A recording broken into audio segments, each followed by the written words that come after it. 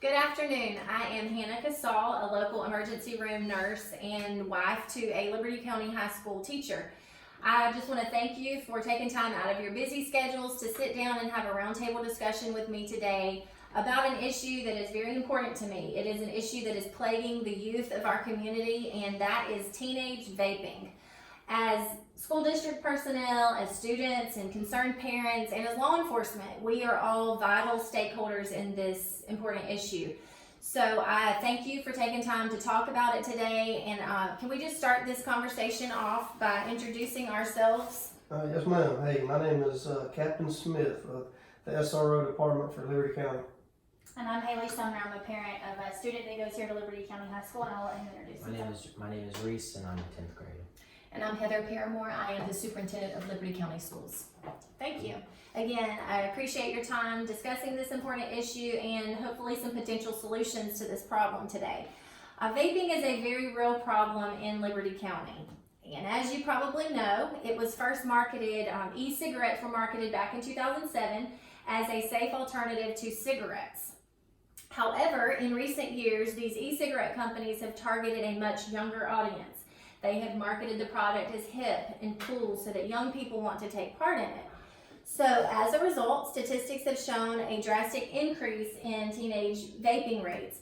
And unfortunately, vaping, as I have here, it is not a safe alternative to smoking. In fact, the young people who are vaping do not even know a lot of times what they are inhaling into their bodies. They are not familiar with the vapors that are in these products.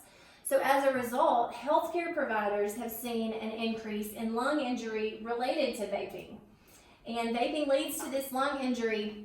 I've personally taken care of individuals in the emergency room and have seen impacts firsthand from vaping. Specifically, one young man stands out in my mind, had been vaping for just a few short years and was admitted for black lungs. So it's a very real problem. My concern today, however, is how this is affecting the youth of Liberty County specifically. As school personnel and as law enforcement, you're poised to make an immediate difference in the lives of our young people.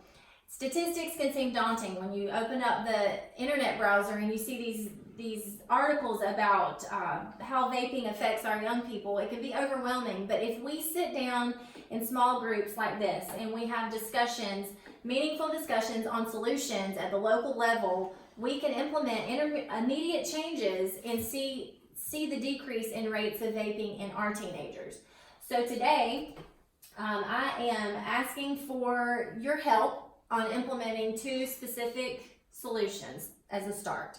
First of all, increase police presence at these local businesses that are selling e-cigarettes to hopefully decrease sales to minors. And at the school district, a policy that outlines specific consequences to these students being caught vaping in the hallways, the bathrooms, everything. Reese can probably tell us more. I know that both scenarios are real. I know that it's happening. I feel like Officer Smith, Reese, you all can probably attest that it's real problems. So in order to implement these changes, I need your help. And there's some resources that I need from you in order to implement these changes. And that's why I wanted to sit down with you today to brainstorm ways that we can make these solutions happen. I need a commitment from law enforcement that there will be more visibility at these local convenience stores. I need support from the school district. Would you be willing to form a committee to outline specific policy that targets vaping in schools? So, Officer Smith, what's your feedback on this? Your research is really good. I believe from our standpoint, what we need to do is determine if it's minors purchasing this stuff from these stores or getting Reese and his friends help determine if there's older individuals coming and maybe being a third party and buying this and then selling it to you guys. So that on our side, that's what we need to determine is exactly where this stuff is starting and originating. Mm-hmm. Well, Ms. Paramore, what are your thoughts on a committee to talk about this? I'd be more than happy to sit down with my board members and get the ball rolling on getting a policy that's specific to this issue, and maybe address it at our next board meeting. And I'm sure I would have some support from this. Do you think you could find some parents to help? I'd be more than happy to be a parent representative. Reese, do you think there's students that would be willing to sit on a committee like this? Okay. I would be happy to come to the next board meeting. I think today's meeting has been a step in the right direction. It seems that the next step, it would be important for me to sit down with the sheriff and the deputies to target the root of the issue, it sounds like.